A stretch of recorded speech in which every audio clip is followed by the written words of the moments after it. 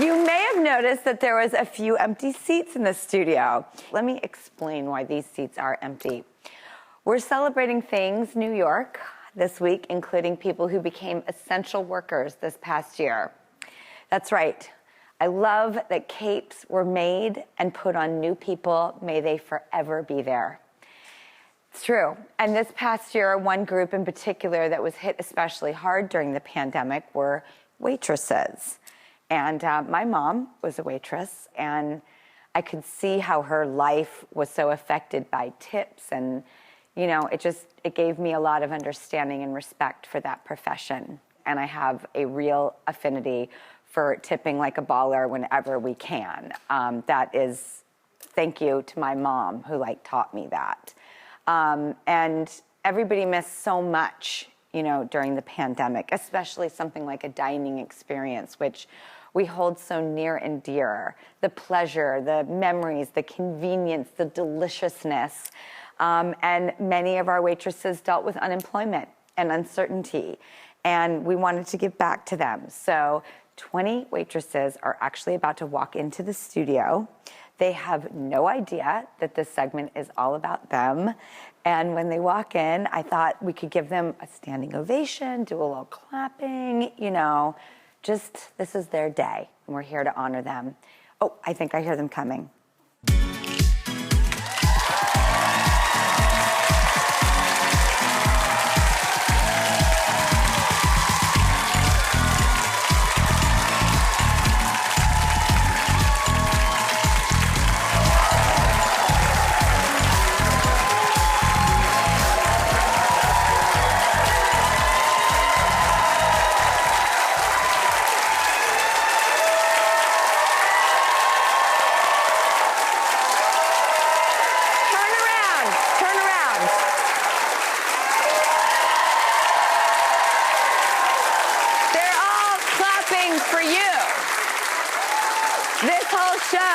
Is actually dedicated to and about you guys. So welcome to the show. Welcome to your show. We want to honor you. We want to thank you for what you do in the world, everything you have done, everything you've been through, everything that you continue to persevere through. I was just telling our fellow guests here that my mom was a waitress when I was a kid, and it just forever impacted my life to see what tips mean when you're a waitress. If there's anyone out there who misbehaves and doesn't treat you guys with respect, I would like to just meet them in a dark alley. I really would. And I just think that you guys are such incredible heroes, so we wanted to say thank you for everything that you do.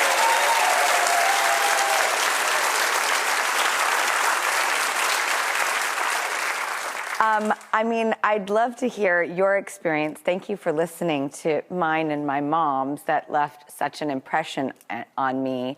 But Iman, what were some of the struggles that you went through? Any stories to share? Yeah, so when the pandemic started, I was working at this Caribbean restaurant called Tilly's. And when they shut down, it's really unfortunate, I just moved in with my partner. And so all of a sudden I had no income, and they really had to, take care of me. And it really put a strain on our relationship, especially because she was a registered nurse going through the pandemic. So I wasn't working, and she was working overtime. And thankfully, when Tilly's opened back up, they rehired me. And it's really just showed me about adaptability and rolling with the punches, you know.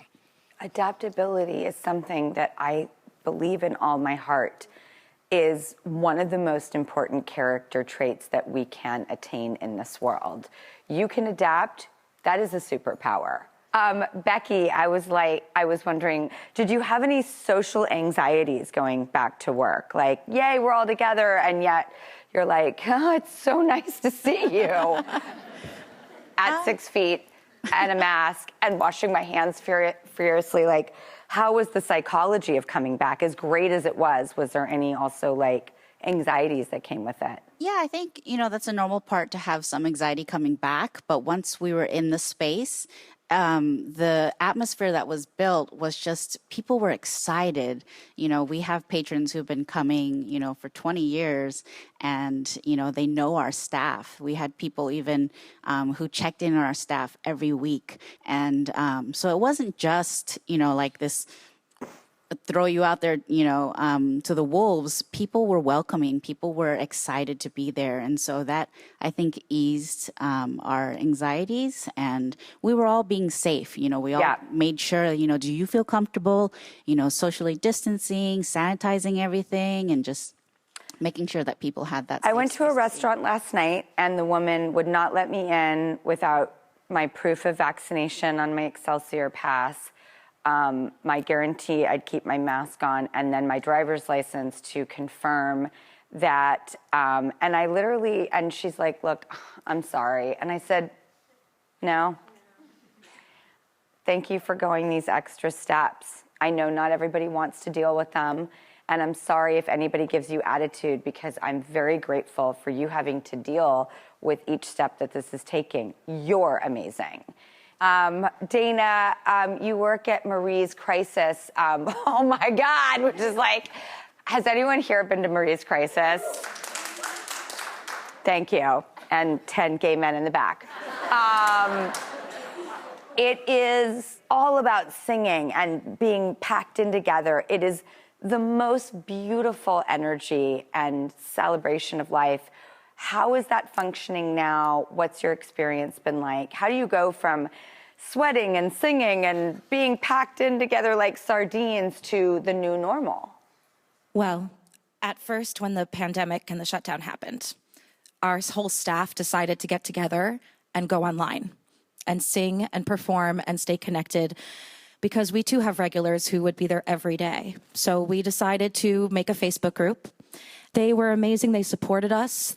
And we went from 200 followers to 20,000 overnight. Wow. Thanks. I just want to thank you for sharing your incredible stories with us. And we want to get you guys dinner on all of us. So we're going to give you a $200 gift card to some of the best restaurants in New York, which you're already, you know, working in and frequenting. And our friends at the American Licorice Company, Red Vines, they want to tip you guys $1,000 each. So thank you, Red Vines. Thank you. Thank you, Red Vines.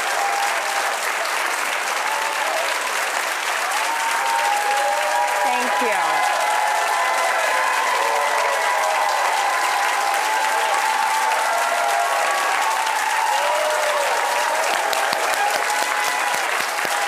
Thank you. There's just something so much better about cash. You know, it's just so much more instant gratification. I just thank you so much for being such wonderful people, and keep going out there and letting us know how we can serve you.